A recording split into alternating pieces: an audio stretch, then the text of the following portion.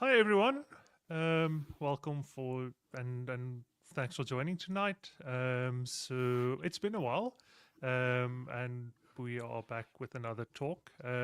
So this one is one that came highly recommended. I haven't seen this one myself, but I know a couple of people. Um, Tess, I think you did this one at DevConf this year, Mhm. and a Yeah, couple of people have actually like kind of recommended that we reach out to you and have you do the same talk here as well. So kind wonderful. of yeah. So like I have no idea whether this is any good. Um, like I just let's see how I'll it goes. try. But No pressure. yeah, but I have to say of Ewald was very adamant in terms of like that we need to like have you come do this talk. So this one's on you, Ewald. Let's see how it goes. Always Like no is. pressure. But yeah, like cool. Thanks everyone for joining us. Seems like we have quite a full house tonight. And so I'll just hand over straight to Justin. Justin can kind of just do a bit of intro, kind of just give a bit of context in terms of what these events are, what FETSA is. And Tess, then I'm happy to just hand over to you and let you introduce yourself and kind of then we can get this thing started. Yeah. And sorry, Wonderful. Thank you. just quickly, we always forget about this part, but guys, please post any questions you want to raise, any comments in the text chat. Tess will Mm. stop every now and then, and we'll just see if there are any questions, and we'll address them. We'll throw them up here on the screen and so forth. But yeah, cool. Justin, you can kick us off. Thanks, Scott. Yeah, hi everyone. Welcome to our monthly, well, sometimes, but twice a month FEDSA event. As Scott said, we haven't done a talk for a while, so we're very happy to be here tonight. Just to get a few housekeeping things out of the way. First of all, to thank our sponsors, which are KRS software development company in South Africa. You can check them out at krs.co.za. We're very happy to have them on board. They're a new sponsor, and you'll be seeing them popping up all over the place for the foreseeable future. And then our long-term sponsors that have been with us since for many years, helping us out is NML, software development company in Cape Town, and also IO Digital, and also a software development company in Cape Town that specializes in kind of startups. Yeah. So thanks to them, they allow us to pay the bills that bring us all these talks, and we wouldn't be able to do it without them. Right. So we plan events every month, and you can find out about those. And I will put all of these links in the chat. We'll also post them in the video description. So there are no links at the moment, but you can find us in three places.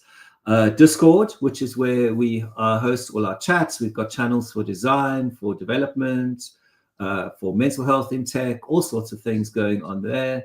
Encourage you to join that. Our meetup, where you can get notifications about when events are happening. And then LinkedIn, which we also, thanks, Skulk. And then LinkedIn, where we also stream to as well. So if you join our LinkedIn page, you will also get notifications of the events, and you can actually watch them on LinkedIn Live as well. So we'll post all those relevant links. And if you want to keep updated, please join those various channels. All right. Without further ado, let me hand over to Tess. And Tess, I'll put your slides on the screen, and whenever Thank you're you. ready. Wonderful. Thank you very much. Thanks for joining, everybody. It's a little bit of a different experience for me. I'm used to speaking either to people online and seeing a lot of faces. But I am pleased to see that at least Skulk and Justin is here as well. So I can, kind of make a little bit of eye contact there. And of course, for anybody who did visit DevConf, I have a little friendly ducky, just to keep me on track so that I know there's something that I can keep eye contact with if I forget where to look. So thank you everybody for joining. And I do just want to start with the first public service announcement. Some folks were very upset that I was not in fact teaching them or going to teach them how to hack a computer. So I just want to say first and foremost, folks, that is not what we are here to do today. I cannot teach you how to hack a computer. I wish I could, but no, the system that that we are talking about today is a little bit different, and the reason why and how this happened is I managed to kind of build a career just slightly unconventionally. And I think these days, I don't know if anybody else has, but I see in feeds, there are things happening. There are a lot of changes. Technology is bringing with it new changes. There's a lot of uncertainty. And it seemed a good and useful time to share with folks that you can learn different skills and you can actually build a brand new career without spending a lot of money, without losing another couple of years of your life.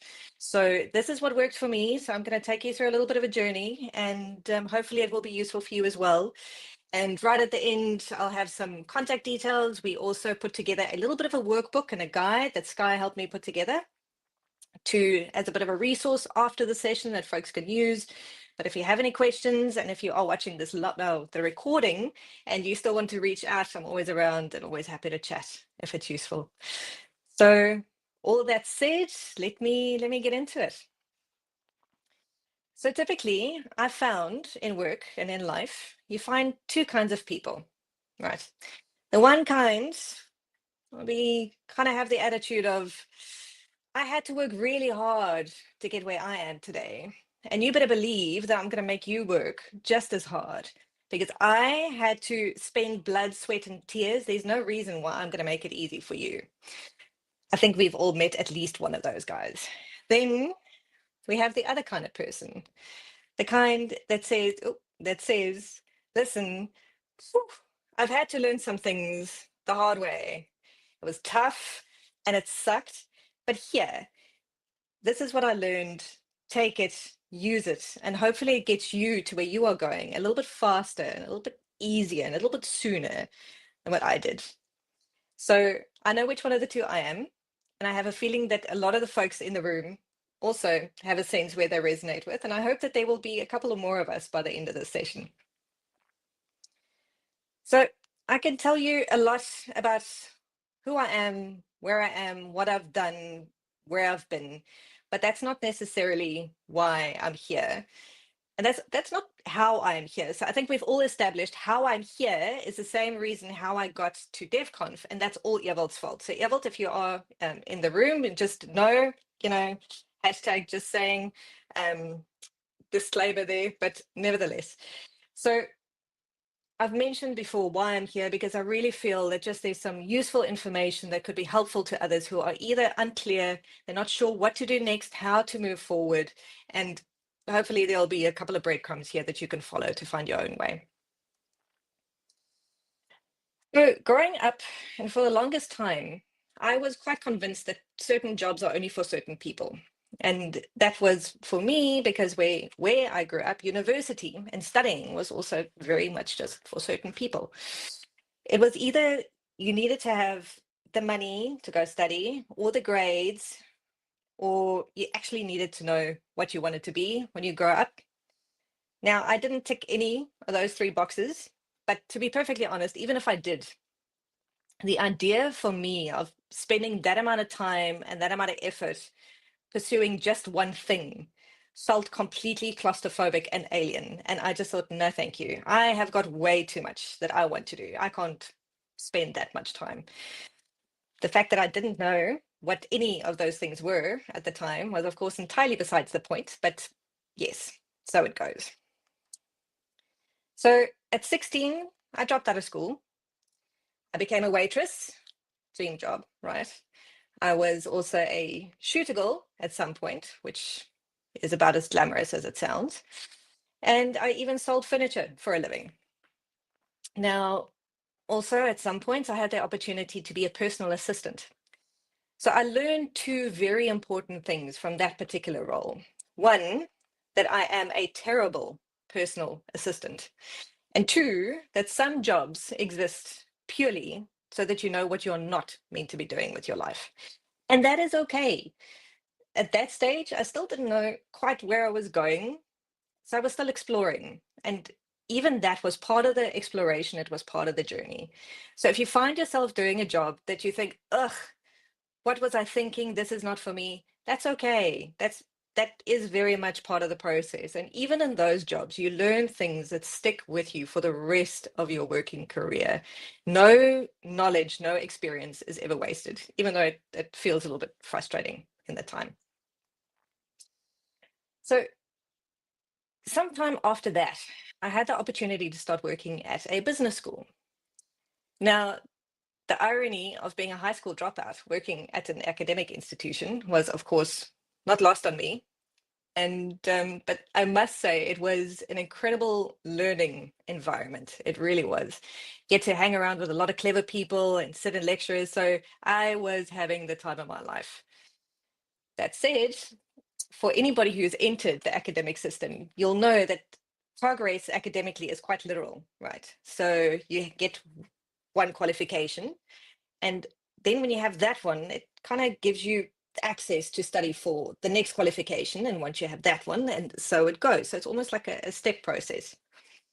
Now, in this space where I worked, studying was available, it was encouraged. And I almost want to say that in certain aspects, it probably was expected.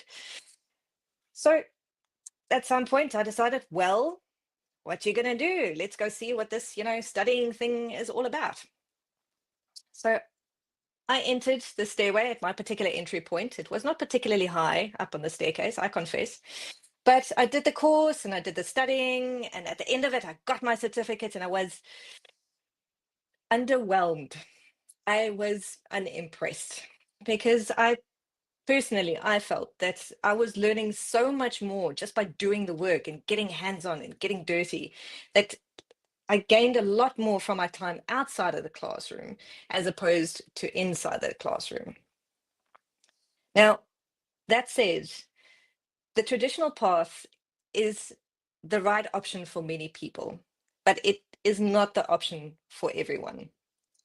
And I figured after some time, and this is what I had to learn the hard way, that even if I didn't have a string of qualifications behind my name, that didn't mean that I needed to settle for whatever scraps and odd jobs I could get my hands on.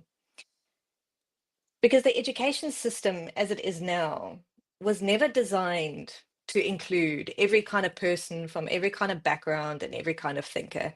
It was built for a different time. And well, when the system isn't built to get you where you're going, then you kind of have to go and figure out your own way. This is where we start getting into the good stuff. Part 1, barriers. Now, often when we start talking about barriers and things that hold us back, we probably will spend a lot of time talking about the obvious ones. I'm not qualified enough. I don't have money to go and study, access, opportunity, all of those sort of things. And those are each valid in their own way.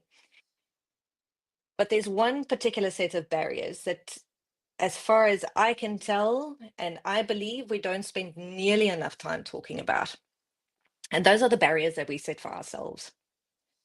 These are limiting beliefs often. And the clue is in the name. It's all these things that we believe that limits us in terms of what we reach out to and what we try and do because we think that we can't do it. So here is an experiment that I'm used to doing with people in session, face to face, and in the room so that I can watch them. But I'm going to ask you to just play along with me for this one, wherever you are at home at the moment. All right. So bear with me. I'm going to take you through a short little visualization exercise. And now, wherever you are, I would like you, if it is safe, of course, I feel like that needs to be a prerequisite. Close your eyes and imagine that you are sitting outside in a blazing hot summer day. If you're tuning in from Africa, then you know what those hot African summers feel like, and it's sweltering and all of the heat is like radiating off the rocks and off the soil and everything around you. It's hot. And imagine you get up and you decide to go into your home or into the house. As you step foot into your home, it gets a little bit cooler, a couple of degrees cooler. Feel it, your skin feels it. Walk over to the fridge, take a hold of the door, open the door, and it makes that distinctive squeaky noise that all fridge doors do. And you look inside and you see there's a wedge of lemon lying on a small plate. Pick up the lemon. It feels cold to your touch. You can feel the rough skin on the lemon. Stick it into your mouth and you bite down and you can feel the juice squirting into your mouth. Now, ordinarily, this is where I would ask you to put your hands up if your mouth started to water or if your body and your mouth reacted in any way. But I'm going to hazard a guess, because what normally happens is something happens. Either you start to drool or your mouth reacts in some way. And the point of this little experiment that I wanted to share is that your brain does not know what is true and what is a lie. Your brain processes the information that you give it as if it is the truth. There's no lemon in sight, I think, depending on where you are, but still your body responded. So it is so important for us to be mindful of the information and the stories that we tell ourselves, because our brain believes it. Our brain doesn't know any better. Shame. It's going to work with what we give it.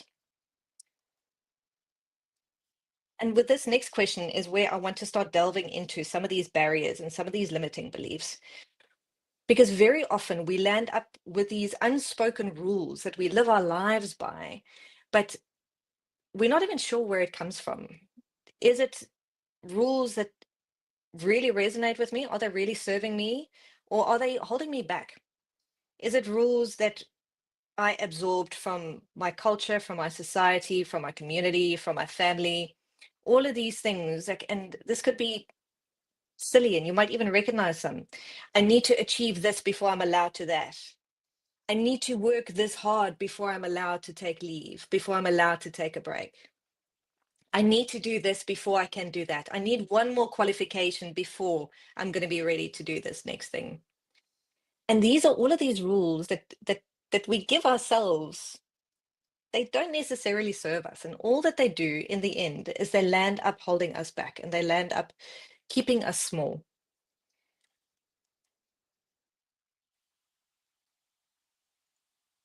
These are some of the regular offenders. I don't know enough. I've definitely felt it, where you kind of feel like you don't know what you're talking about. But I'm willing to bet that you know a lot more than you think you do. This one we just touched on as well. I'm not qualified. Sure, if you're a brain surgeon, that's pretty important. But for the rest of us, it's a lot less important, because not being qualified is not the same as not being capable. This one is also often a biggie. I can't afford to fail. And I just want to take a moment and stop here, because we tell ourselves this thing very, very often. And I would like to invite you to just think about, what is this incredible cost that you feel like you cannot possibly recover from a failure? If you're not a brain surgeon, if you are not a pediatric surgeon, the stakes are a lot lower for the rest of us generally. And often these things where we tell ourselves that, oh, we can't fail, we can't afford to, is actually more because we're just afraid of being uncomfortable, and we are afraid of potentially not looking as hotshot as we would like to. That is very different to not being able to afford to fail. And again, there's a nugget there. There's an opportunity to learn something there. I'm reminded there's a clever person who said the quote, and I can't remember who it is, but often the pain of staying where we are not meant to be is a lot worse than going through the discomfort of reaching the point where we are meant to be.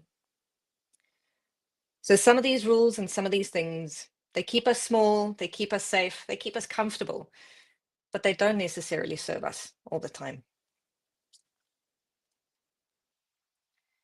Some of these stories that we tell ourselves, often it's big, it's small, it's I'm not ready, I'm not qualified, it's all of these things. And the worst thing that we can tell ourselves is I'm not ready. Ready. Ready is an absolute myth.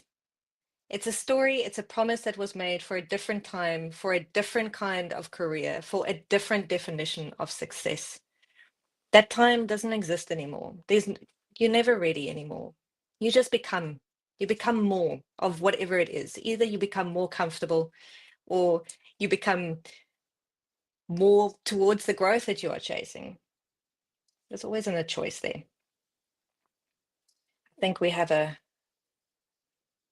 yes. So next is part 2.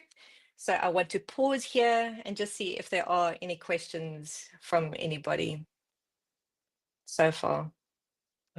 Not necessarily in the text chat. Like, I encourage you guys, if you have any specific questions, to pop them in there. I already have a ton. I don't know if you want to start unpacking them already. So, I'm so glad that at least you do have a question, Skulk, because I mean, we started off by saying, oh, we've got no idea where this is going to go. So that's yeah, a good clue. That's a good clue. So yeah. happy to chat through your questions. But I think it's worth. So maybe I have like a statement and a question. So firstly, I think it's important to note that neither myself nor Justin actually have a formal background in tech. I Nice. actually have various degrees, all of them in visual arts. I think Justin has a couple in literature, if I'm Oh, not wow. mistaken. Yeah. Yes, a master's degree in literature. Yes, and yeah, I have a master's degree in visual arts. So, Oh, that's fabulous. but like Don't it's judge my interesting. presentation, please. No, I think like my design skills have actually gotten worse the more I studied. But like I think it's interesting. I do actually find a lot of people from um like kind of those type of backgrounds, um and I think this is maybe where it kind of ties in with kind of a lot of the stuff that you're saying is. So I've been in. I'll try and keep this concise, but I think it's important to mention is, like, so I've been involved in tertiary education now like more than a decade, Mm, and I'm increasingly coming to the realization that um, specifically when it comes to anything sufficiently challenging or complex, like anything computer science related or programming or so forth, I found that it's more often than not an exercise in mental health. Um, mm, I've rarely seen anyone not make it because they are just like not smart enough, or they don't mm, have, they don't have the know-how, or they don't have the aptitude or whatever. I've seen a ton of people just like not, they just can't do it anymore. It's just like they just can't do one more day. It's just too overwhelming. It's like they're mm, doubting themselves too much. It's so much harder than they thought it was going to be. mm, And that's interesting because like I've actually seen a lot of people where I was like, sure man, I don't know whether you're cut out to do this, and then they actually surprise me.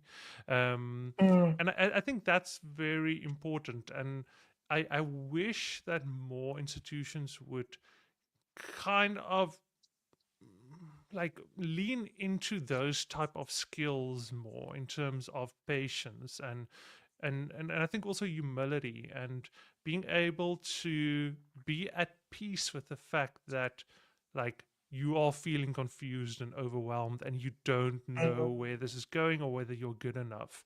um and I mm, think that the thing is why a lot of people like myself and Justin actually kind of end up, I guess, in the industry eventually is because I think we just, because coming from literature or coming from like visual arts or whatever, I think like we were just way more desperate, to do a career change. Like we couldn't really go, well, for myself, I couldn't really go back. There wasn't really much of like especially now, like good mm, luck being an illustrator.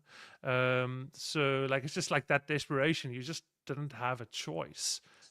So yeah, and I think like I just wish there was more of a focus on that in terms of when it comes to coding and so mm, forth. That like this is probably going to be one of the hardest things you're ever going to do in your life and try and learn, mm, but it's also like sitting through that is 90% of it, just being patient and being in that and kind of just like just being there and being present and just sticking mm. with it. yeah, Mm, so I think that's worthwhile, like kind of like I think a lot of times, like a lot of people are like, cool, I want to learn this technology, or show me how to do this, or I want to get better at this. And I think I really resonate with a lot of the stuff you're saying, because I think that's kind of the crux of it at the end of the day, especially in a career like this, where like you just have mm, perpetually have to learn. Like there's mm. no, you're always gonna feel like an imposter. There's no point where you overcome imposter syndrome. There's always too much. Oh, Yeah. yeah. No, But yeah, mm, there's always more. Sorry, Salk, I didn't mean to interrupt you there, but that imposter mm, syndrome, it doesn't go away. Doesn't matter yeah, who I speak to. It does mm, not go away. mm, I mean, mm, I could I almost wilted with relief when my talk was done at DevConf. And, there I was speaking to some of the other guys that are veterans at the talk, and they're like, oh my gosh, I mean, they are going through the same thing. And you kind of stand there in complete disbelief, and you're like, really? You? Um, and that's also that conversation that comes up often. I've found a couple of them on LinkedIn threads, and where people are just like, oh, but it feels so intimidating and all of those things. And it is that messy middle, like you were just describing, where you kind of you sit in it and you almost stew in it, and it's awful when you are there. But my goodness, if you stick it through and you get out on the other side, oof, it is like some of the most formative, rewarding things that you can do. And that is almost for me the gift. The hard part is it's hard. I'm not gonna even like this, what I'm sharing here. This is to your point, and I got retrenched, right? So I also needed to figure stuff out very, very quickly. And desperation is a wonderful fuel for a whole bunch of different things.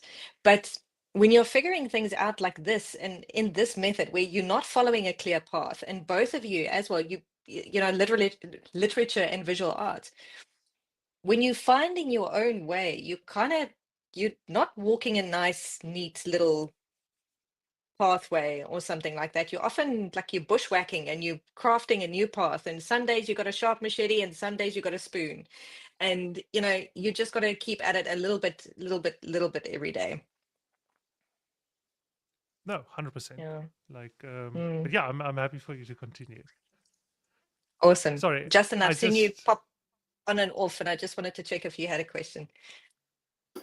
No, not a question, but there is a comment that's quite relevant to what you've just been saying. So I'll just pop that one up and read it, and then we can carry on. Yeah.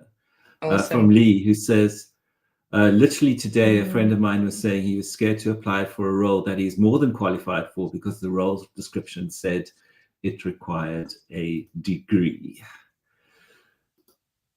Yeah. yeah, and I my think yeah. go Go for it, ahead. Skulk.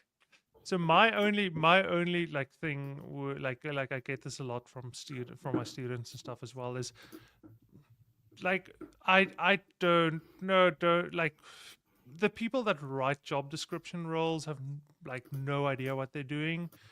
It's not the Bless actual them. person that you're going to be working with. It's some random HR person that just Googled what is required of a software engineer, Quite or right. they Yeah. ask ChatGPT, create me a job description for a software engineer.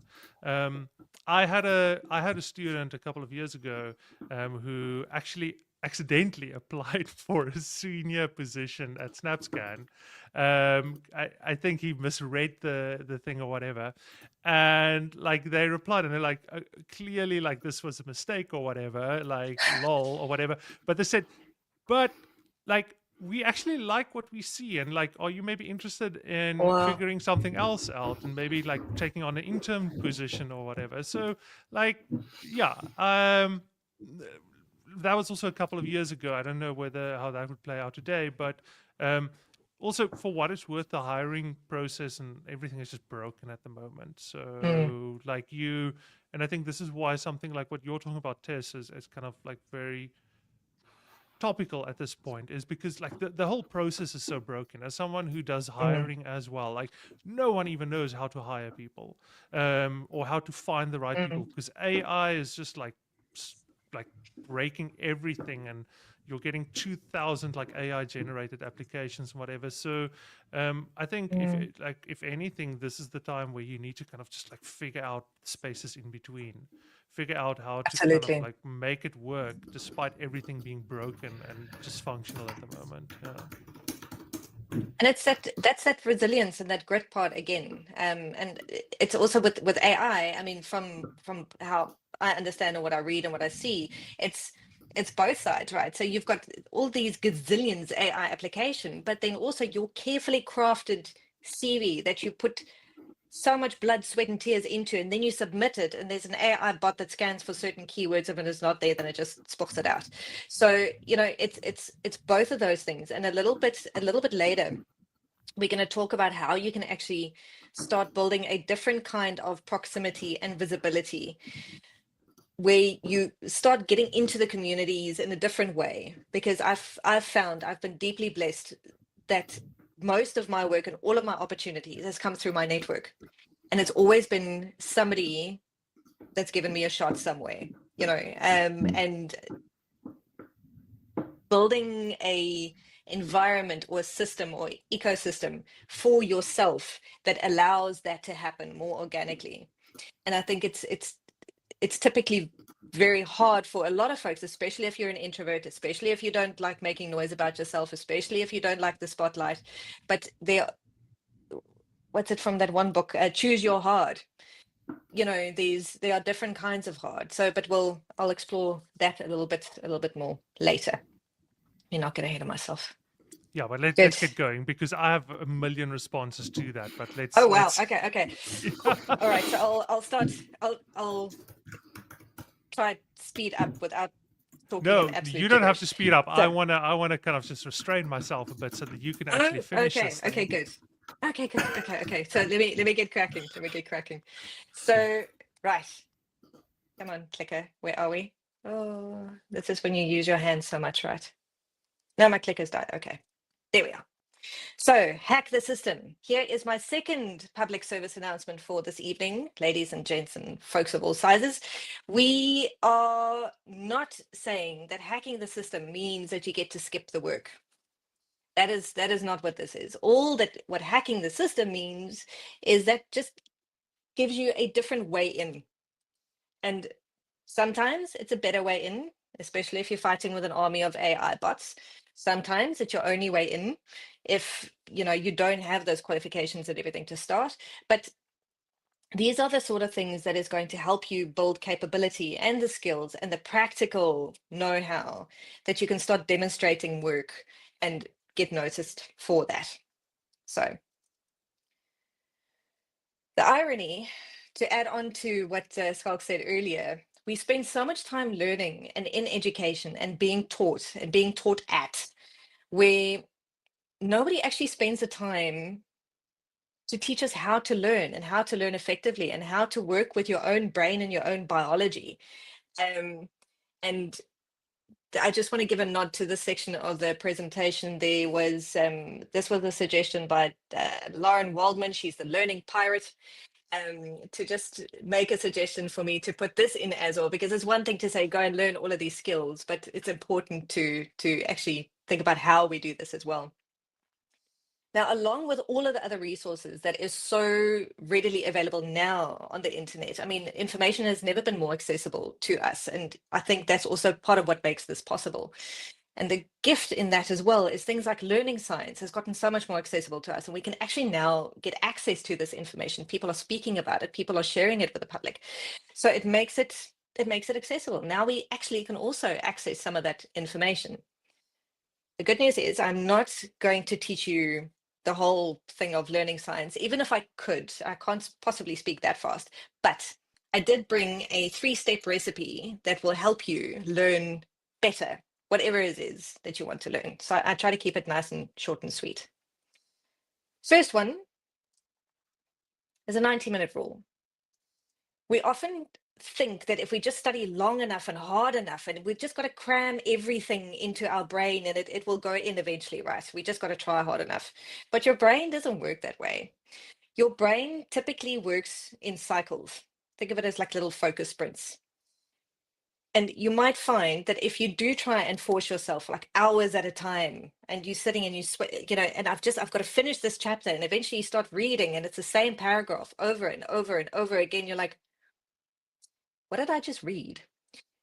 That's probably a good time to get up and just take a walk. And this is also the important part. When that happens, that doesn't mean that you are learning incorrectly. That doesn't mean you're failing at learning, or that your learning method isn't necessarily working for you. That's not a failure. This is how your brain works. Your brain only takes this much at a time before it actually needs to process it. We make the mistake sometimes of, strangely, treating our brain unlike any other part of our body. What we won't do is we won't go for 5 back-to-back marathons and expect our body to cope, right? Either your leg is going to give in, or your heart, or all of them all at the same time. And yet we expect this completely abnormal type of response from our brain because it can't show us the typical signs of fatigue.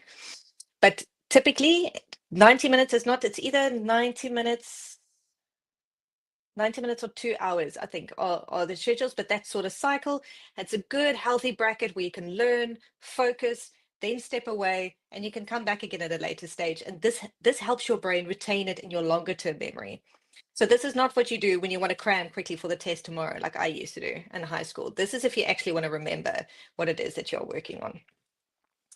And then in your breaks, I've got good news. Break time can also work for you when you study, because the next part in the recipe is just to move. And the good news, you don't have to do any burpees. You don't have to go running or jogging or anything hectic like that. It could be as simple as doing the dishes, washing your laundry. Folding the laundry is how that goes. If you walk the dogs, just take them around the block. And if you want to make that movement time even more effective, what you can do is you just plug in your earphones and you listen to a podcast or an audiobook. Or while you're doing the dishes, if you're cooking supper, you can put on a YouTube video and you can watch a lecture. And just that physical act of doing something while your brain is absorbing information also allows your brain to retain it in a different way. There is a chemical which I can't remember, and I can't pronounce it anyway, but something happens in your brain when those two things happen together, and it does store your information, whatever you're putting in, a lot better and in your longer term memory. Now, getting into the third step in the recipe, which personally is my favorite, it might be yours as well. So here you officially have permission to take a nap. And this is also science, which makes it even more wonderful. When you go to bed and when you sleep, particularly if you go into a deep sleep cycle or REM sleep, this is where your brain sorts out all of the files, and it gets rid of all of the junk, it gets rid of all of the gumph, and it could kind of sort through all of the information that you've spent all day putting in there without you getting in the way and worrying about what's for supper, worried about that deadline. So when you're resting, when you're sleeping, then your brain can get on with the work, sort out the files, retain the good stuff, get rid of the stuff that it doesn't need. And if you've ever heard, and you must have, I'm sure, the expression of, no, let me sleep on it, that works because your brain processes and all of these information while you're asleep, and often then you'll have some other bright idea the next morning that you probably wouldn't have had if you didn't get sleep as well. So winning recipe, folks, nice and easy. 90 minutes of study time, take a walk around the block, and if you feel like it, have a nap. Then we start getting into, where do you learn all of these things if you don't go to university, if you don't go to lectures, and if you can't follow the traditional path? Now, this is a small sample. There is a resource list that we've tried to put a whole bunch of things together that you guys can go through after the fact. But the internet is a big, beautiful, wide ocean full of information these days, which can be a good thing and it can be a bad thing as well. But we're going to go with the positives. So there are so many sources of information we can start. A lot of what I learned was by spending time on YouTube, spending time understanding what are the things that I'm curious about. What is it that I want to learn about? Asking myself why, and then eventually getting into human-centered strategy, experience design, and all of the different touch points that those things touch as well. When you start understanding what you are curious about, what you want to learn more about, and you get into the content, you start seeing the same faces pop up, the same names pop up. You'll find that there are some people that you resonate well with, and you think, yeah, this guy knows what he's talking about. And initially, everybody sounds like they're super clever. Every blog sounds amazing, and every tool is a game changer, until you start really getting into the content. And then you start hearing from people that you think, no, I really don't like what this guy is saying. I really don't agree with that. And there's an opportunity there. Go into that content as well, because if you understand why you don't agree with somebody, then you start learning discernment, then you start getting context, and then you start forming your own opinion and your own view on things. Because when you do a particularly good course, you would typically have a lecturer or a teacher or somebody there to teach you critical thinking. When you're doing something like this on your own steam, you don't have that person to ask that kind of question. So then you have to find those things for yourself. So spend time listening to the guy that you really don't agree with, but ask yourself why. And then, get those breadcrumbs out of there as well, and do further research and educate yourself even more. It's a very good way to just fast track your learning. GitHub is in there purely for the developers in the house. I looked and I checked, there are good learning resources on there as well, but that's about as much as I understand. Coursera, of course, what's good there is you get university level education for free. You don't get the certificate unless you pay for it, but you get access to the think, you get access to that quality and that level of lecturer that you can also do on demand, which is great if you're working full time, you want to do something after hours, even in your lunch break. Spotify, even though I kind of wish that I had not put that particular logo in at this point in time, but podcast episodes is also a very good source of conversations, of interviews. I mean, most of the people that are really good at whatever it is that they do in their field land up on a podcast interview with somebody else. Listen to that. You can listen to how they speak. You can listen to the language. Very often they speak about people who inspired them, about a book that they read, or a quote, or a system. And there's where all of these little breadcrumbs come in. And each one of those gives you another clue and another avenue to go and look into a little bit deeper, and just to enrich your own learning and fast track it in a big way. So that's where you get a lot of the knowledge and where you can start getting access to some of the skills. But after that, no man is an island, right? You can't just stay on your own with all of these skills that you've got, because then you're just going to be the best kept secret. And that's not going to help anybody. So this meetup, this community is an excellent example of where you can go to go and build proximity and build familiarity with people. Free webinars where people either teach something about the product that they are trying to sell or the tool. Communities like Slack and Discord. I know there's a Discord community here, and then Meetup, of course, that's how we got here. Lunch and Learn, those are also great if you just want to plug into one of those and you learn from practitioners. And again, you start seeing the same sort of names pop up. I mean, Ewald's name pops up in a whole bunch of different places. Yes, there we are. There's the community right there. So sign up if you haven't already. But you start recognizing also not just familiar faces, but also friendly faces, people who give to the community, people who are open to having a conversation. And your opportunity is there to reach out to them on LinkedIn. I promise you, everyone who is passionate about the work that they do, love talking about it to other people. So you've got very, very little to lose. At the worst, the guys are either going to ghost you on LinkedIn, which is, there's no real loss there anyway. And you have so much more to learn, and there's so much opportunity there that I would really, really encourage you to go and join the community.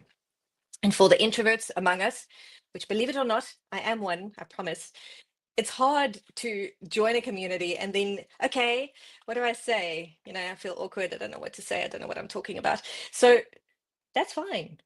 Lurk a little, just hang around for a little bit and kind of see what the vibe is, see if this is the kind of community where you want to spend any amount of time in anyway. Maybe after one or two sessions or one or two meetups, you realize, no, there's something that does not make me feel comfortable, and then you move on, and that's all right.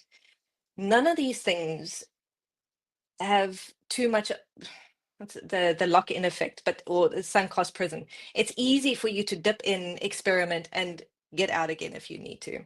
And when you do feel ready, when you do start feeling comfortable, just introduce yourself. Introduce yourself once and say, I'm here, I'm curious about this, and I'm looking to learn, and all of that. And you'll probably find in the right kind of community, folks are always warm and welcoming and happy to help.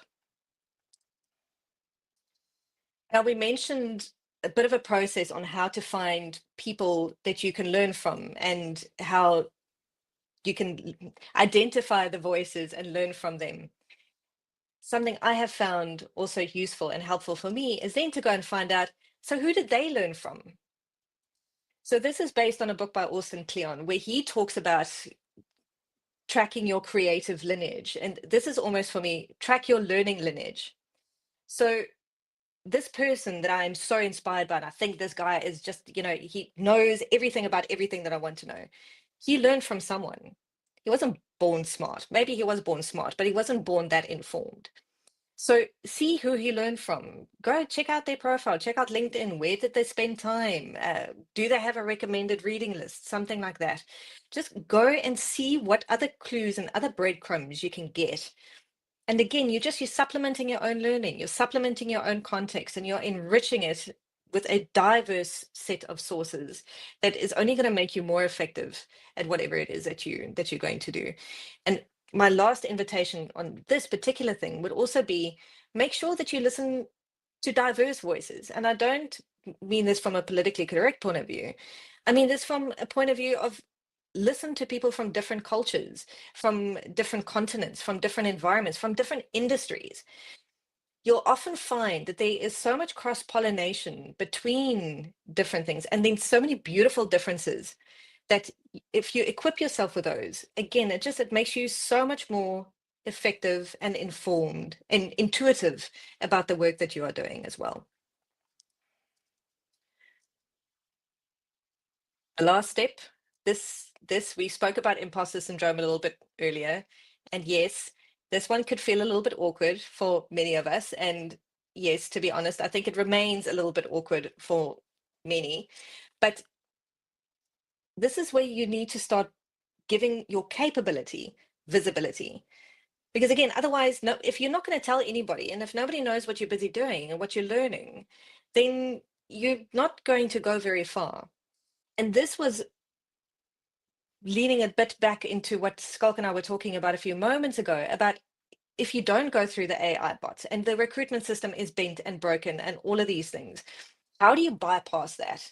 This is how you start sharing on LinkedIn. Now, you've got folks who have, in my opinion, way too much time, and all say, post something on LinkedIn every day. I don't know how people are able to do that, but you don't have to post on LinkedIn every day. But when you start, post consistently. Consistency is what matters. It could be once a week, twice a week, once a month, once every 2 weeks. Just pick a rhythm and stick to it. Substack also, if you just want to share newsletters, there are some great newsletters that I've seen from the community as well. What's important here is that you start sharing not only what you're doing, but also how you're thinking. Because most of the people that I work with, I am much more interested in how they think rather than what it is that they are producing. What is informing the product? What is informing the outcome? So when you start sharing these things, it allows people to see, oh, this is what they're working on this way. Oh, I like how they approach this. And kind of an added bonus, you never know who else is watching you and who is trying to learn from you and your progress and trying to get where you are.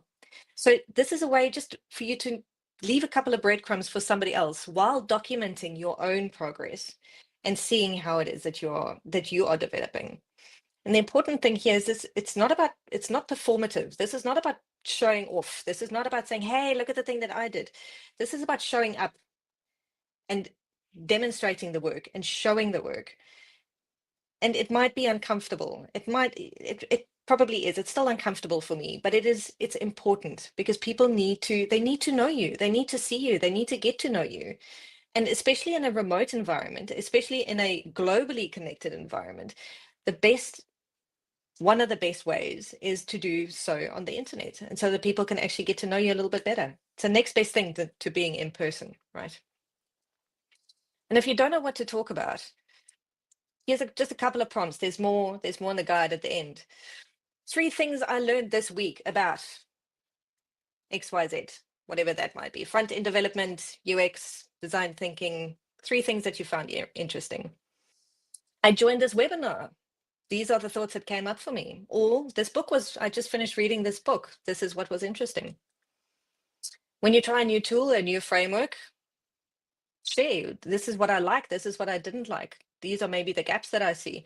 You'll be so surprised the conversations that start out of these simple prompts, because people can't help but speak about things that they find in common with other people. And this, you fast track your learning, you fast track your network, you get to see people who are also in the same space than you are. It gives you an opportunity to make new connections, to make new friendships, and to just grow as an individual, as a professional, and just as a human being. So here comes the next part. So shall I pause on there and see if there's any questions or comments? No, well, there's a ton of questions. Like I can maybe kind of highlight some of them. So sure. There's a really great comment by Eric, which kind of he mentions that, you know, the thing about like and this is interesting because I would agree with this, is like by definition you like formal education, like there is a boundary in terms of, you know, this is the module, this is the scope of the module, this is the expectation. So like I 100% get what he's saying, is that it's like sometimes I think, especially now in the kind of just absolute information age explosion that we're in, that trying to there's a danger in terms of where colleges and universities try and over formalize, over standardized learning material, and like in some cases that might actually mean that it's more limiting than if you were to just go ahead and try and figure it out yourself. Yeah. Yeah, like I think that's a really great kind of point, and I would agree with that. There's also well, someone is just like trying to ping Ewald, seeing if he's joining. Okay. Nice. Yeah, Good to then see there's some friendly faces. yeah, then there's also some comments about, you know, like kind of you know, people like talking about their jobs, and specifically Sam talking about, you know, like kind of he's maybe considering moving on from his current job because, you know, he doesn't see kind of a path for growth and so forth. And yeah, I get that as well.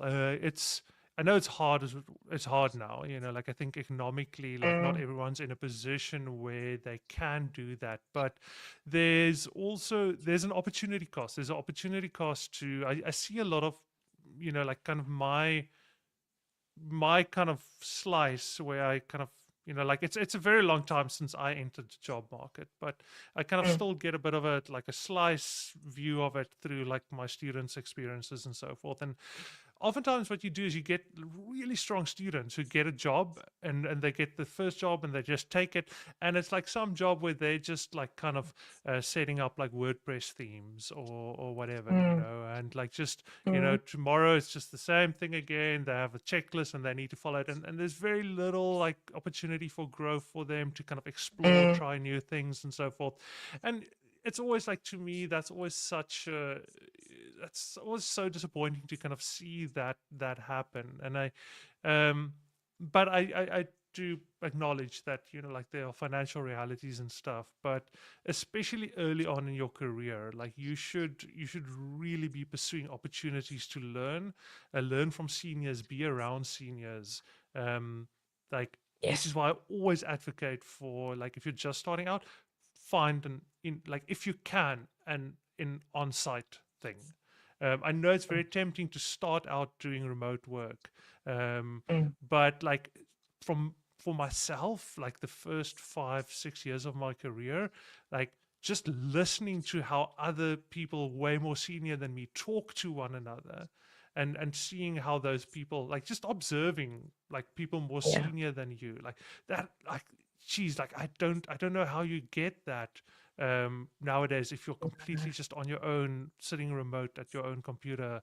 um yeah, I don't know.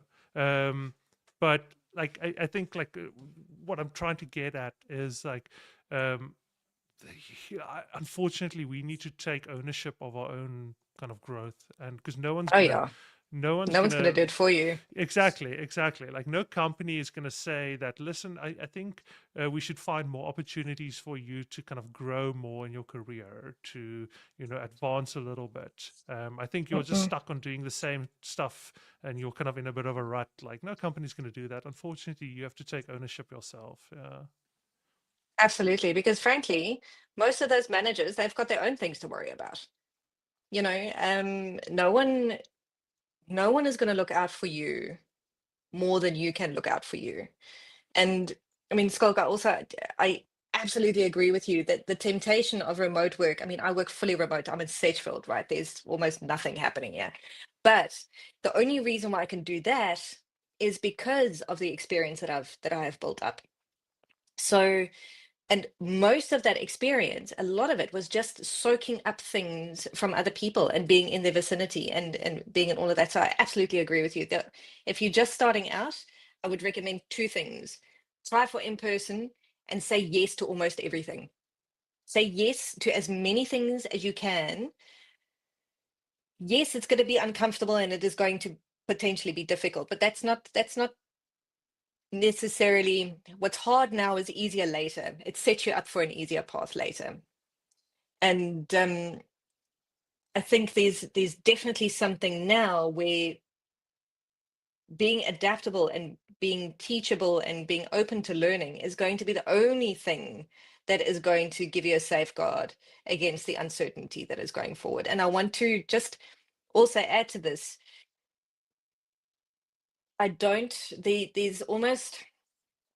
there's this other unspoken expectation generally just in workplace and society where you have to have ambition and you've got to try and climb the corporate ladder. And if you're not aiming to be CEO, what do you even do? That's not what I'm saying. I never had any interest in climbing the corporate ladder, but I wanted to learn more and to become, to just become better at what I was doing. And there are different motivations and different influences. Some folks want the corner office. That's also okay. But some folks are quite comfortable just, having a 9 to 5 job, and that's also all right. So, but you've got to find something that feeds you, whatever it is that you need to be whole and to grow and to remain healthy in your head and in your heart. Go after that, and just make sure that it's for you, that it's not you're not wanting the corner office for anybody else's benefit, because that ends in tears often. Anyway, good. Learning by doing. Ah, yes. So, yes, learning by doing. See what happens. Lee, that is absolutely, that's been half my life, right? It's kind of just, there's another saying that you do something and find out, and that's, I don't want to say that quote out loud on air, but it's very much that, and experiment and just try it. And that's why I want to come back, that other limiting belief where we can't afford to fail. I think that's one of the things that holds us back so much, because can you afford not to try? Because you can watch every YouTube and every manual and go through every course, but I can guarantee you one thing: nothing can replace experience. Nothing replaces. It's not muscle memory, but that internalized knowledge of what to do and how to do it, because you've done it. Um, Absolutely. So I would definitely recommend that. And again, we're going to get into how you can get some of those opportunities going forward as well. There is actually, no, I lie. This is not in the slide. It is in the guide. So one of the things that I would also definitely recommend is in your communities, even if it's not your community, if it's somebody else's community, find opportunities to go and volunteer. See where you can offer your services and offer your skills. And maybe volunteer means you're going to help them wash dishes. But to Skalk's point, you get access to a conversation and you get to be in the vicinity of people that you can learn from.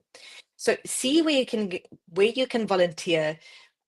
Potentially, I'm not entirely sure with the development space, what opportunities there would be. But for instance, with facilitation, you can go and volunteer to just be an online host, or to answer questions and answers in the chat for somebody. So there's always an opportunity for you to put your hand up and to get involved in some way. And then you stack those little skills, right? And before you know it, you're going to know so much more than you ever thought possible. So no, definitely, Lee, thank you for that. That's a very, very important Yeah, I point. always say, like, I feel very strongly that, like, it's kind of like the two wheels of a cart is, like kind of the knowledge work and the kind of like the actual practical, the muscle memory and so forth. And Yeah. across the board, like, I think because of just the internet and kind of just the abundance of material out there and so forth, I find that people, especially people starting out, are disproportionately skewed in terms of like too much knowledge, too much like courses, too much videos, too much, Mhm. and very little like actual practical experience building Mm. things. Because it's much easier to consume knowledge. Yeah, It's much easier taking your phone, taking your tablet, sitting at your computer, and just watching some Udemy course or whatever. Um, for sure. yeah, and like I do think like and there's a paradox there where a lot of those theoretical concepts only really make sense after you've made the mistakes that they actually address.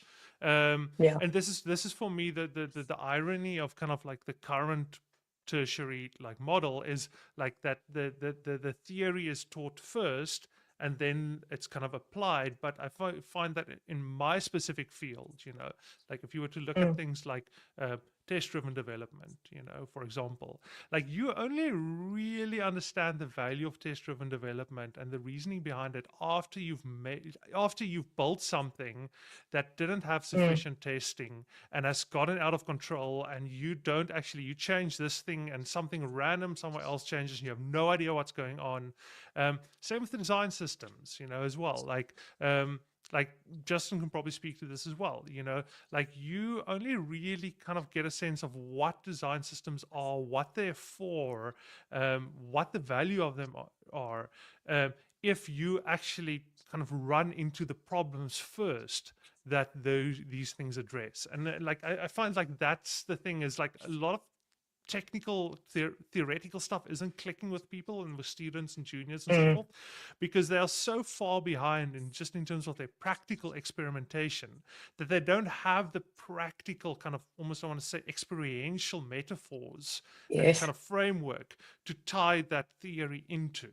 And they just like reading the stuff, watching the stuff, thinking about the stuff in a vacuum without that kind of foundation of like practice in terms of how this would tie into practice. Yeah, like so, like I think if I were to give anyone advice, stop watching YouTube videos, stop like doing Udemy courses, start building stuff.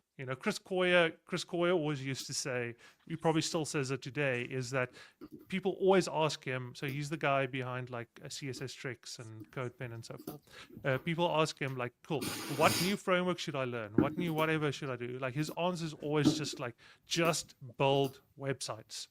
Just build Do websites, it. just build stuff. And that will guide you, because you'll run into problems. You'll build stuff and then it'll be like, oh crap, now I need users to actually sign up. wow, how do I do that? And then you start reading, and you start reading about authentication, JWTs, Mm. access tokens, all that stuff. And you're like, okay, cool. And you build something else, and you're like, cool, okay, but now I need like some type of, this thing, or I need it to be like, because of the app that I'm building now, it needs to be saved locally on the device so that when you don't have an internet, and now you go into like all of this other stuff. So let's build stuff. And as you build stuff, like your learning will emerge, and the stuff you need to learn will emerge, instead of starting with the learning and then trying to apply it. And it's also just like Yeah. way more sustainable and motivating, building something that you can actually see the use for, and then understanding kind of like the tools and the theory and everything. Like honestly, like I just wish people would spend less time watching tutorials and watching like courses and whatever, and just start building stuff, and letting the learning come from trying to build stuff. But like, it's obviously, people make money by selling courses, people make money by like getting adverts and clickbait and whatever. So like, there's this entire apparatus that's going to try and get you to consume more and more and more tutorials and courses and whatever. And no one's making any money from just having you play around and build stuff and try and figuring stuff out practically. Sorry, that was a big rant, but it's something I feel about very strongly. And I do see a lot of people go down this route. Like, there's a term, it's called tutorial hell. And that is just like, you're kind of Yeah. stuck in this treadmill of doing tutorials and courses and whatever. And you feel like you're not getting anywhere because you don't have that It's comforting, practical right? Exactly. It's a 'Cause different form of procrastination almost. And and that's then like, there's a if you little bit also, of a dopamine hit, like as you check those boxes and you do, okay, the next exercise. Whereas if you're building something just practically for yourself, it's frustrating and it's confusing, and you don't know if you're going to be able to solve this, and you're like, shit, did I make the wrong you end decisions up here? swearing a lot. Yeah, Mm, yeah. yeah. Okay, I'm That's going to it. shut up. But like, obviously, it's something I feel very strongly about. I think Justin has been wanting to jump in, but I've just been going. Yeah. No, I'm good. You can carry on. Okay, good. But I agree with you, Skulk. I really, really do. Learning by doing is so much more powerful. Right. Now we're going into the next part. And this is now to invite everybody in the session and in the room. Often we think of success. We spoke now about a couple of things, either it's the corner office, or for some people it's a Lamborghini, or for some people it's a this or it's a that. And we have this idea of what success is for us and means for us. But then we kind of think that, okay, I made it, I did it. Look, I've arrived. Here I am. But I really want to invite you to think about success a little bit differently. And I want to not cap it there at what you've now achieved and what you have done. I want you to rethink about success as potentially also holding the door open for the people that come behind you, so that there's another opportunity for somebody else to follow in your footsteps and to also get to where they are going. So that is what this section is about more specifically. And that's the hold the door part. So big thing, mentorship, and not gatekeeping. This goes back to the first little angry ducky that we saw at the beginning, right? Of, no, you've got to learn the hard way. There is something to be learned by doing. And that is what Skalkana is also saying. So like, this does not mean that you're going to spoon feed and do all of the hard things. No, but give guidance.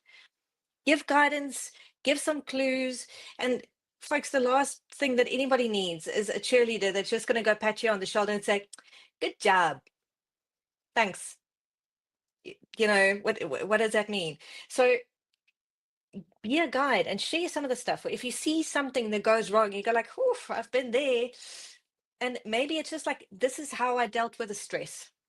This is how I get through the tough times. This is how I stay focused. The answer in the moment can be a million different things, and there's a million different ways to help. There's different kinds of mentorship as well. If you see somebody, a previous woman I worked for, she always spoke about shining eyes, where you can see somebody is hungry and you can see that they want to learn and they are open and they want to get into it. Invite them to a conversation. invite them for a cup of coffee. It can be a virtual coffee, but connect with somebody and see if there is an opportunity there. Because let me tell you, if somebody is hungry to learn, whew, the only thing you've got to do is you've got to give them half an opportunity, and they will learn as much as they can get their hands on. Sometimes it's less about shining eyes, and sometimes folks are a little bit more hesitant. Sometimes folks are very much in their corner and they don't want to speak up because of all of the reasons and all of the things that we've discussed so far. So if you see one of those folks, if you see one of those people, invite them in, and just see where the conversation goes. The important thing with mentorship as well is don't just share your polished success story, right? Don't just give them the highlights where everything went well. Helpful mentorship is where you share where you were like in the trenches, where you were in the mess, where you were in it, where you wanted to pull your hair out, and where you sat and thought to yourself, what am I doing? This was the wrong mistake. I picked the wrong job, I picked the wrong career, all of those things. Because what you tell yourself when you're sitting in the thick of it, oh, you tell yourself lots of stories, but like those are also where the lessons come in. Because how do you get through that? How do you continue from there? And what did you learn from there? There's a lot of wisdom in there that I think would be helpful for others, because very often when we find ourselves feeling overwhelmed, Skulk mentioned it earlier as well, and it's like, oh, I'm overwhelmed, I can't deal, the pressure and this and that. People feel like they're the only ones, because we've got all of these plastered success stories of everybody that got everything so right. They never had a stressful day in their lives. They never did anything wrong. It's completely false. We all have those moments, and just almost validating the fact that it is hard. It's hard and it's messy and it is not always easy. But keep at it, and you'll be so glad that you did, one way or the other. The other kind of mentorship that I think we often also forget about is just peer-to-peer mentorship. There could be somebody doing exactly the same work that I am doing, exactly the same work as Skulk or as Justin, but their path is not the same. No two people's paths are ever the same. We've got different perspective, we've got different history, we've got different experiences, we've got different strengths and weaknesses. And there is such a gift in being able to learn from somebody who can help supplement and even mirror some of your blind spots, or show some things to you that you can't see for yourself. I'm gonna quote Jay Malone here, where he said the other day that it's very hard to read the label from the inside of the bottle. So sometimes you need that outside perspective just to help you see the things that you can't see for yourself. So share the whole map, that where everything get wrong, where you just really screwed up. How did you salvage it? Did you salvage it? What did you learn? Those things, it makes us all just seem a little bit more human and a little bit less intimidating to folks who are still trying to find their way. This is something that I feel very passionately about as well. And this is amplify others. See who the folks are that aren't being seen, aren't being heard, aren't being invited to the conversation for whatever the reason might be. And they are gazillions, right? But where you see an opportunity, introduce someone.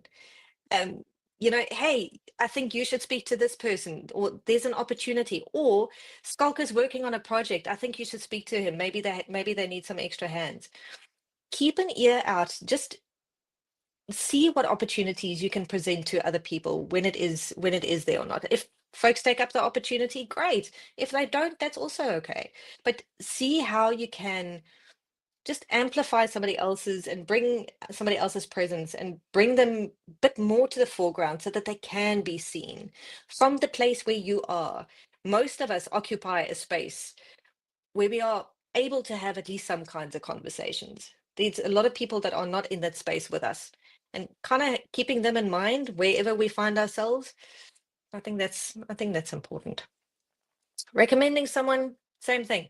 If you know somebody has done a great job, and two people should talk and they haven't spoken yet, just make an introduction, make a recommendation, or just invite them to a conversation.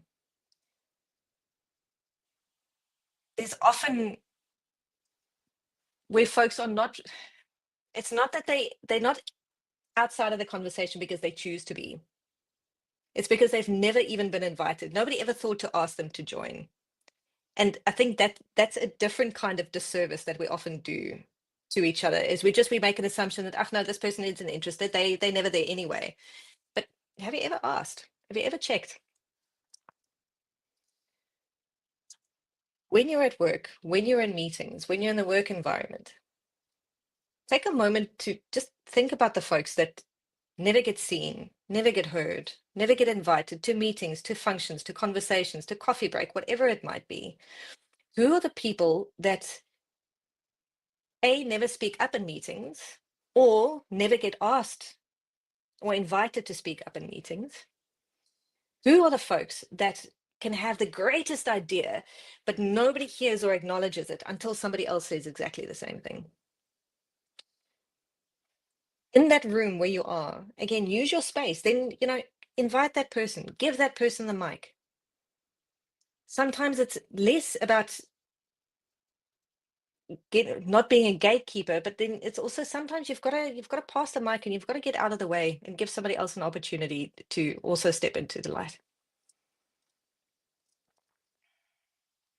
Skulk, I think you're going to like this one.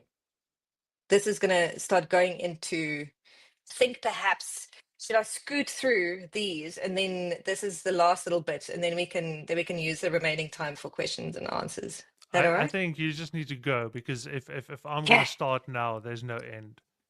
Okay. So go. So skills that scale. Now, to Skulk's beautifully illustrated point earlier, and this is not just about learning by doing, but anyone can read a manual. Anybody can get a skill. Well, almost anybody can get a skill set, and anybody can do the thing. And you can even do the thing incredibly well. But that does not mean that anybody is necessarily going to want to work with you, that anybody is going to vouch for you, that anybody is going to trust you. And these skills, this is where we start going into soft skills.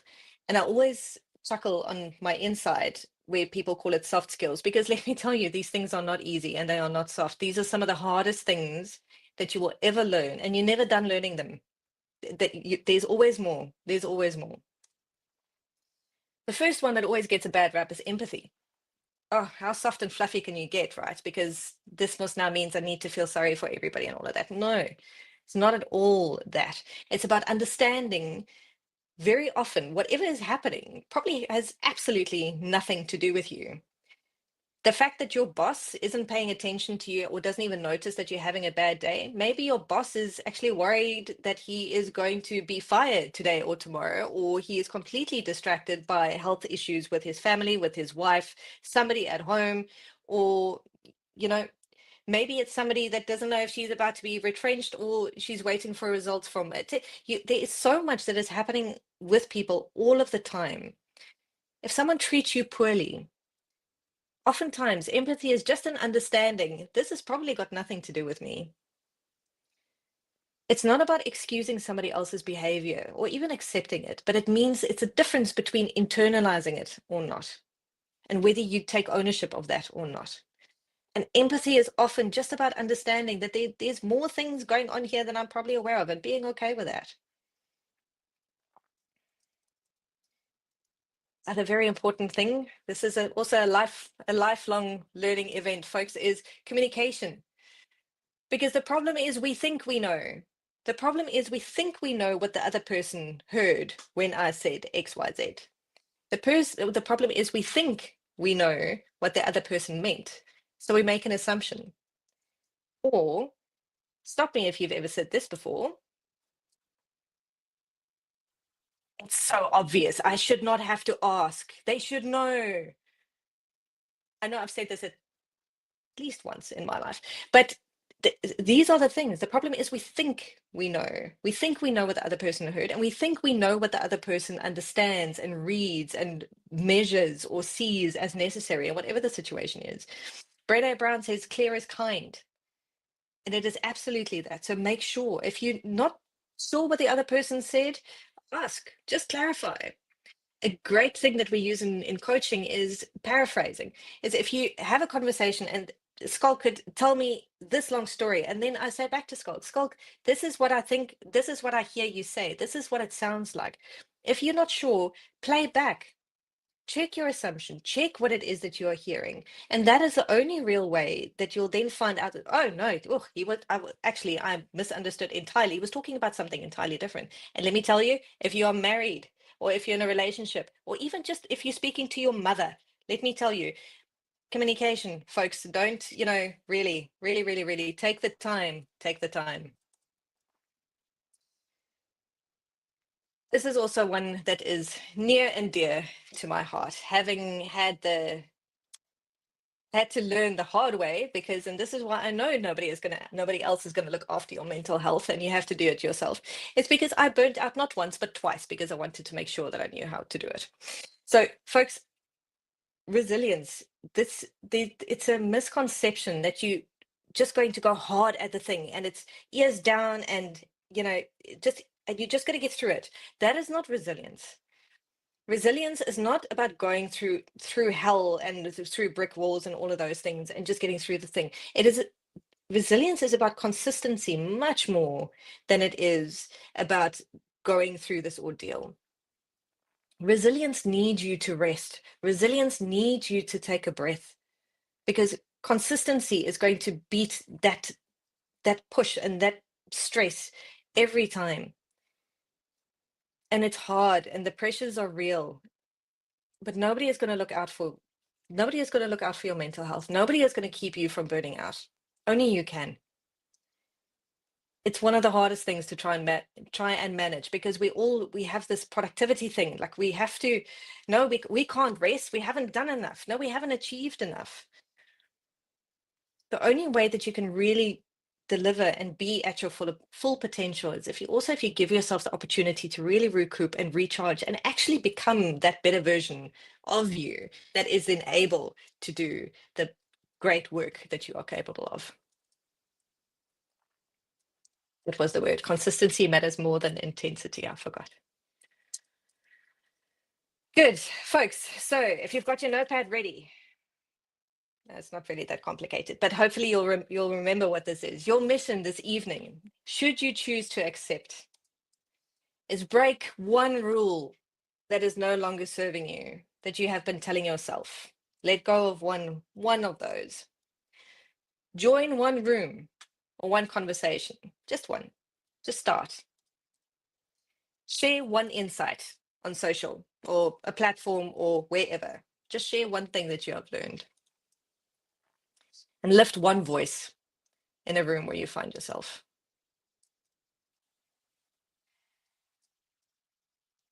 Everyone, a lot of the names in the room, I recognize a few, and I know in the communities, often there are folks that we recognize and we bump into very often. And again, this particular exercise is particularly well suited to an in-person event.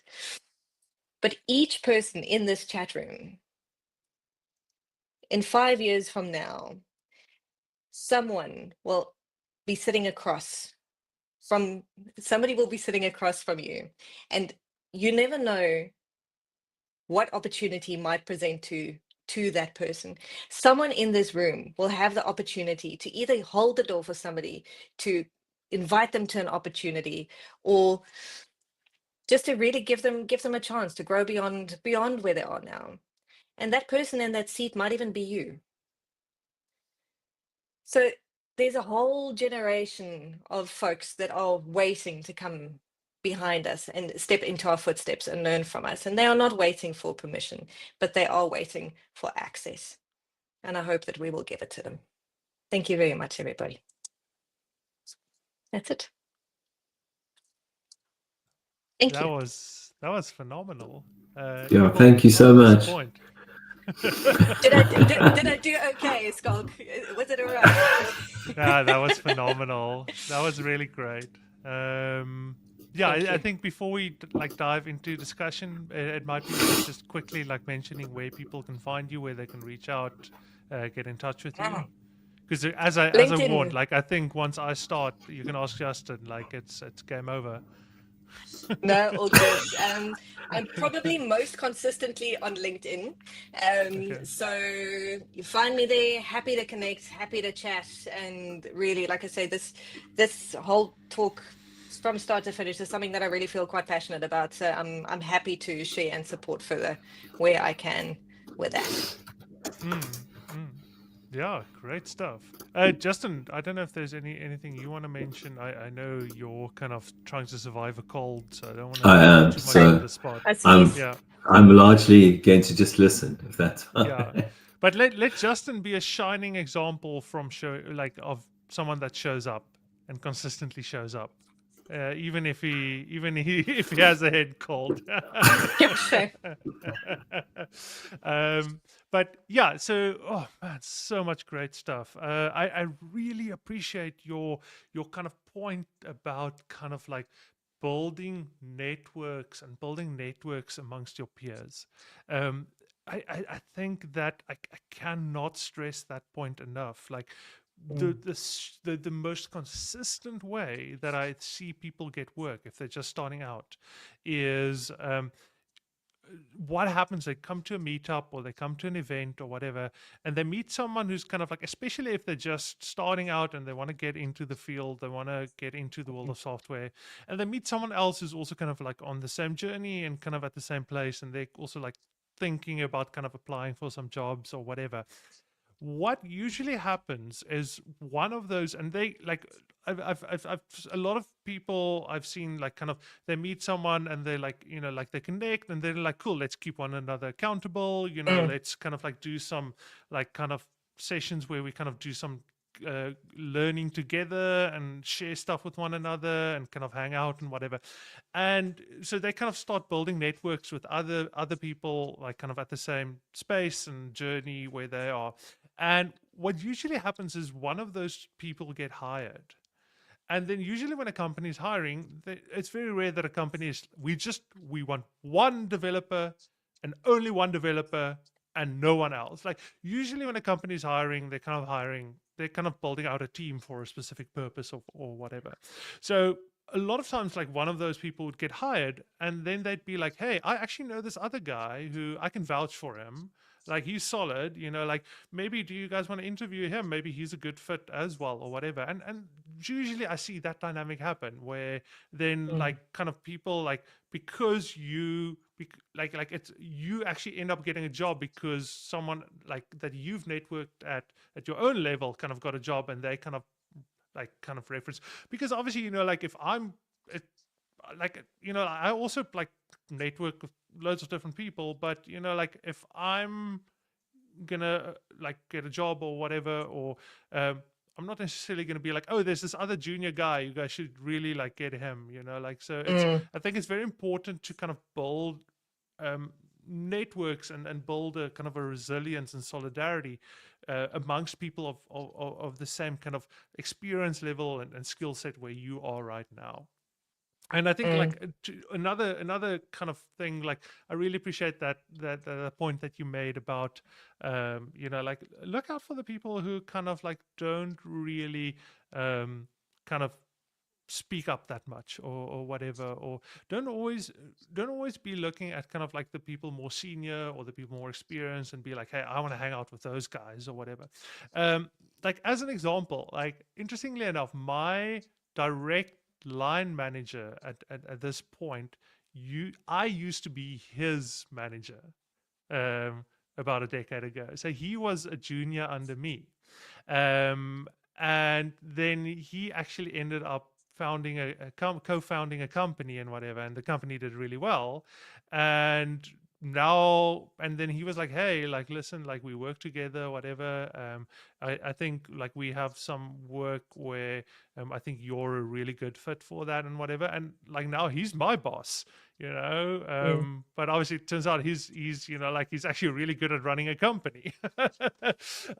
So like you'd be surprised, like you get like all these, and you kind of sometimes also meet people in other capacities, and then turns out, hey, like actually so many people I've met and I've hung out with, and then later on I realized, hey, we Mm. actually do the same type of work. I didn't even know that.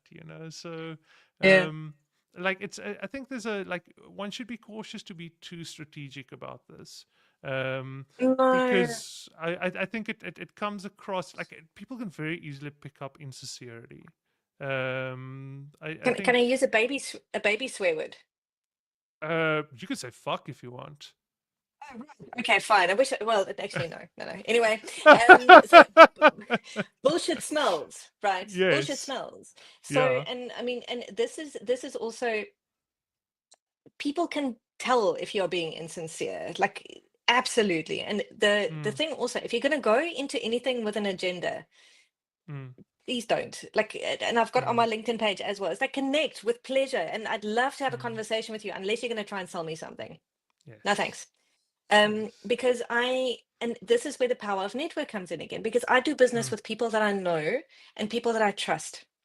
mm, And I try my best to always show up sincerely wherever I go, and wherever I move. And I've been incredibly blessed in that mm, I've never marketed my services. All my business has come through referrals only. mm, So mm, you protect your integrity, you protect your just who you are, how you do business. People get to know you.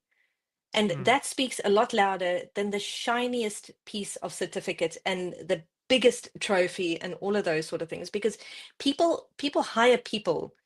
People work with people. People don't work with certificates and documents and those sort of mm, things. And I mean, even peers, and having a community of practice, or just somebody who understands the work that you do. mm. I mean, like, there are, most of my friends, I love them and I bless them down to their cotton toes, but I'm sure none of them have any idea what I actually do for a living.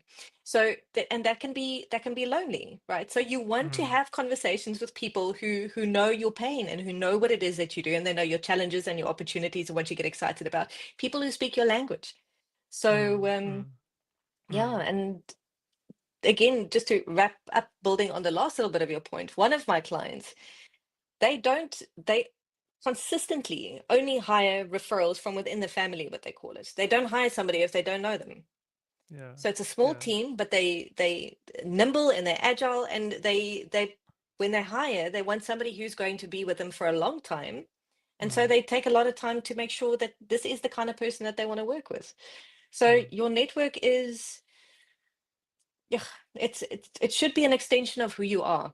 And I think mm. then there is the opportunity for it, because there are some trashy networks out there that you kind of feel a little bit gross and a little bit sleazy if you spend time around some of those folks, and then you're like, actually, Yes. no, thank you. Yes. But if that's the network that you are going to be a part of, then they're going to be the kind of people that you're going to deal with. Where if you are part of a network that is more invested in support and in Mm, collaboration and in growth and those sort of things, then you will find more of the same there. mm, mm. No, no, 100%. And it's one of those things as well, is, like,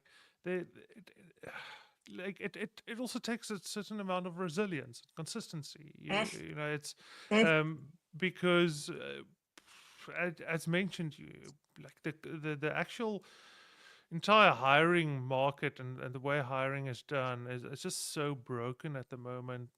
mm, I speak to people all the time. Like, I kind of do some hiring as well, and like, it's just I've actually written about this mm, quite extensively. Just in terms of, like, I don't feel comfortable that I can actually have the tools at my disposal to find the best candidate. mm, Like, it's just like, there's just too many people. There's just too much AI slop. There's just mm, like, there's no way to actually just find the actual people that are a good fit for the job. And so what ends up happening is, where you actually do find people that are really good fits, it's very circumstantial. It's like, oh, you remember this guy that you spoke to like a year ago at you attended kind of this conference or whatever, and like, you had this mm, discussion, and you were talking about this thing, and like, oh, he sounded like he actually like was really interested and kind of knew something about this specific problem that you have right now, and like, hey, maybe you should mm. try and find that guy again, or whatever. Or um Exactly. and yeah, or sometimes, like, like, people apply for positions or whatever, and then it's like, oh, I know who this guy is. Yeah, we've kind of chatted once, or whatever. But it takes kind of a very long time to build out that kind of network. Mm, Like, it's almost like a garden. You need to just, like, cultivate the yes, soil and whatever, and exactly. most of it's out of your control. You just Most, need yeah. to, like, let like let it grow, let Mm, like things happen, let things fall into place. But there's only so much you can do. But what you can do is you can increase your odds of like having these like circumstances arise where things come across your mm, path, or so forth. And people tend to completely. return favors. So like if you sometimes I like someone gets in contact with me, as a consultant, and they're like, hey, I have this specific problem, and I'm forthcoming, and I say, I actually don't think I'm the best person for this. I don't Mm, feel comfortable that I have a strong enough understanding mm, to help you with this. But hey, there's this other guy that I know that I can maybe vouch for. Like, maybe get in touch with him, and I'll introduce you. And then those people tend to return favors again. And not only that, but it's also good to just have people that you can refer to. That's kind of in your mind, like I can just say this outright. completely. Justin's like kind of my web typography guy. Like if I have any questions or I get stuck on anything typography related, or my fonts won't load or whatever, I'm just like, Justin, what is going on, man? Like I need some help here. Help. And yeah, Yeah, and I think it's useful just kind of building out that personal repository of people that are really sure. good at specific things, and you can just pop them a message, and you have like some relationship with them already, where they're not going to be Mm, like, who's this random guy. So yeah, and I just wish people would spend more time like kind of like cultivating those things. The irony being is that I think the official stat is that most in-person events and community events are kind of at 60% attendance of what they were pre-COVID at the mm, moment, which like it almost feels like that there's an irony there, because I think in this time where like everyone's so desperate and there's just so much AI stuff online and whatever, like the only mm, real way to kind of do make any meaningful like connections with people is like by attending events and like completely. stuff. And like it's actually, and I actually think like because there's less people doing that now, you're actually going to have more an impact if you For attend the sure. event now. For sure. Um, It's like with you mentioned some of the AI slop earlier, and mm, if I can fetch something now from the talk, if we talk about show your work, there is so much AI regurgitated bullcrap out there. Like the moment that I recognize AI, then it's like literally my brain tunes out. It's like it goes into static and I move on to the next thing. So right now, probably your unique differentiator is the fact that you are a little bit imperfect and a little bit odd, because you don't, because it's authentic and people see that and people hear that. And I think the Skokie also mentioned earlier, that these are the things that we need to do for ourselves, right? And it is the most human thing when we feel, when we are not in the most comfortable place, when we are feeling, sure, I'm not getting a job, or those sort of things. It's the most human thing to stay at home, because that is what feels safe, because that is predictable, because I know exactly what is going to happen if I stay at home. Doesn't matter that, the outcome is not going to be what I wanted, but it's predictable and that makes it safe. And that is where we have to push ourselves beyond that comfort zone to step into the space where it's uncomfortable. It's not lacquer. It's not necessarily where we want to be, but it's where we need to be. And we have to be sober enough and self-aware enough to recognize when we are holding ourselves back from those opportunities. And again, and it does, and it happens. And I want to Candace Grobler, I want to quote her, but she said, luck can be manufactured. And how do you manufacture luck? You put yourself out there and you say yes to opportunities, and you go and you have conversations, and you've got to show up. You have to show up. And again, nobody can do that for you. Nobody can do that for you. and I think like for myself, like this is maybe turning into a bit of a like a self therapy session here, but so I think for myself, like a big thing for me for a very long time was kind of like this fear of ridicule, Mm, and especially if you're just starting out, you're just so scared you're going to do something stupid or say something stupid or ask something stupid, and like and like the thing is, like you should actually do that, because like if you do that sufficiently, you kind of realize like, is this it? Like, is this, And because nobody like if cares. you, yeah, well, people care, but like that also, that also blows over. Like the very first time I did any type of public speaking, I was doing a radio interview. So someone kind of did an interview, like interview. So because of like some of the nonprofit stuff I was involved with at that point in my time, way before I got into tech or whatever, and like so he was like, and he introduced me, and he was like, "Oh, yeah, cool. Thanks for joining us. Welcome." And I think I just responded, and I said, "Yeah, welcome to you too," on his own show, and and that moment, my brain, when I realized what I did, my Oh, brain just broke, and it's like, and like I just I'm fumbled like the sorry. entire, and but the thing is, like like now you kind of laugh about it, and I think also a lot of times, What else can you um, do? yeah, and I think a lot of times, like also like people in the industry or whatever, um, Mm. like you kind of like almost like after a couple of years you kind of reflect on it, and you're like, hey, remember that one time where I joined this meetup and I did this thing, or I said this thing, Mm. and like you kind of almost like think about it fondly, Yeah, and yeah, like it's I don't know, like I it's also like you also need to, as you mentioned, you need to choose your communities. There are communities that are they're gonna ridicule you, and like it's kind of a pissing contest, and people are trying to one up one another, and then there are yeah, communities where people are like, listen, I really enjoy this development thing, I think it's really cool. I can only talk with my wife about with to my wife about this so much before she's just like, please go and talk to someone else. I can't listen to this anymore. And it's just like cool to chat with people and kind of hear what people have to say, yeah, and to be excited together about like, hey, this yeah. new thing, it's so cool. Like the CSS thing, it's so cool. Like, how cool is this? You just need to find your communities. Like there are people that are just That's like, it. they just want to share that excitement, and like they just want to share like the enjoyment of what they do. Um, Gotta yeah, find your tribe, and yeah. it's and they are out there. They are out there. Sometimes it takes a little bit of work, and you've got to go through some gumph and however to get them. But I think there's also the temptation is then to almost change who you are Mm, to because you feel it's a different kind of peer pressure, right? Because you see this community and they like it's all mm, these la-di-das, and you're like, oh, okay, well, I suppose I also got to go be a little bit la-di-da so that I can also fit in.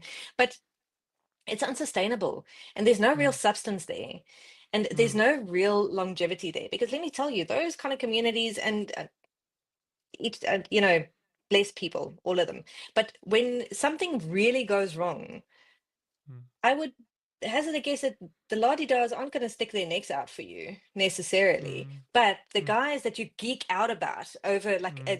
like new tech or this thing or that thing, they're Mm, gonna they're gonna help you. They're gonna stick with you, and they're gonna try and support you in whatever way that they can, because there's sincerity there, there's authenticity there, mm, and you can tell if there is a genuine connection and resonance with the people that are around you. And I think it's choose it depends on the type of person that you are, and then seek out more people like that, because it's incredibly supportive. And can't find all the words now, my words are running out, but I mean, for instance, the folks that I met at DevConf, it mm, was the most wonderful group of human beings that I ever met. I'd never met a group of people who were more diverse, mm, and everybody was just happily in each other's space. There was no weirdness, there was no vibes. Everybody was just accepted. It was not even there was no weirdness whatsoever. And mm, that was such a novel experience for me. But mm, it was beautiful. And I thought to myself, there needs to be more places like this, mm, where you can just be. Where it's mm. not you can be, but only if you tick these boxes or those sort of Yeah, things. yeah, Um yeah, so community is so important. yeah. And I'm glad that you mentioned DevConf, because like one thing I often find is, like so conferences are amazing. Like I encourage everyone to attend a conference. The very first conference I ever attended, uh, like real talk.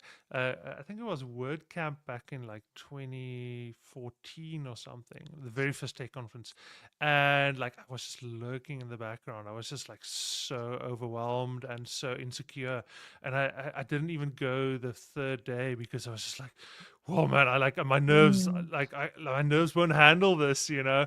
And and it's interesting. And then like last year, I actually spoke at DevCon, the very same conference, you know, but not DevConf, WordCamp, but I also spoke at DevConf as well. And so like I think conferences is amazing because some of the people even there that I kind of met, like I still, you know, I still keep in touch with nowadays. And I think it's also just a good idea to be in that space.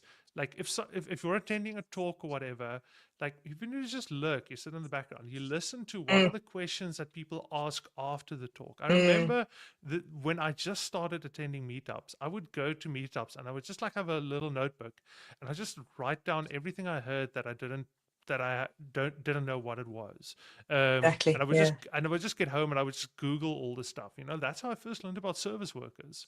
I attended a meetup and like people were talking about like, hey, the service workers thing. Have you heard about it? And I was like, service? What the? It's a service worker. And I just went home and I kind of Googled it. You know, and that's Yeah. because you kind of get a sense of cool. Where are people at? Because there's a lot of stuff online and a lot of it is not really grounded in reality and what Yeah. people are talking So about day to much. day. A lot of gumph. Yeah. Yeah. Yeah, Yeah. and the other thing is as well, conferences can be quite expensive. Mm. But like email the organizers, tell them like, listen, hey, I'm a student or whatever. Like, is Mm. there maybe like is there something like even if you can't give me a discount, can I maybe help out and volunteer Yeah.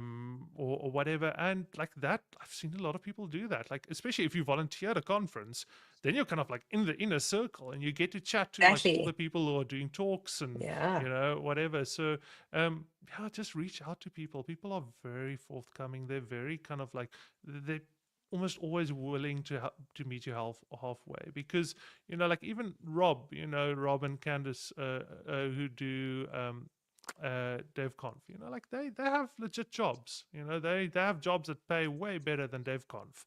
They're not doing it for they're doing it for like because they they're kind of passionate about it and they want people to share like kind of stuff and whatever. So like Mm. reach out to them and just say like, listen, you know, can I maybe volunteer or help out? I can't afford it, or yeah, like just reach out to people. Yeah. You'd be surprised. Yeah, yeah, And I mean, the worst thing that they can say, that anybody can say, is no.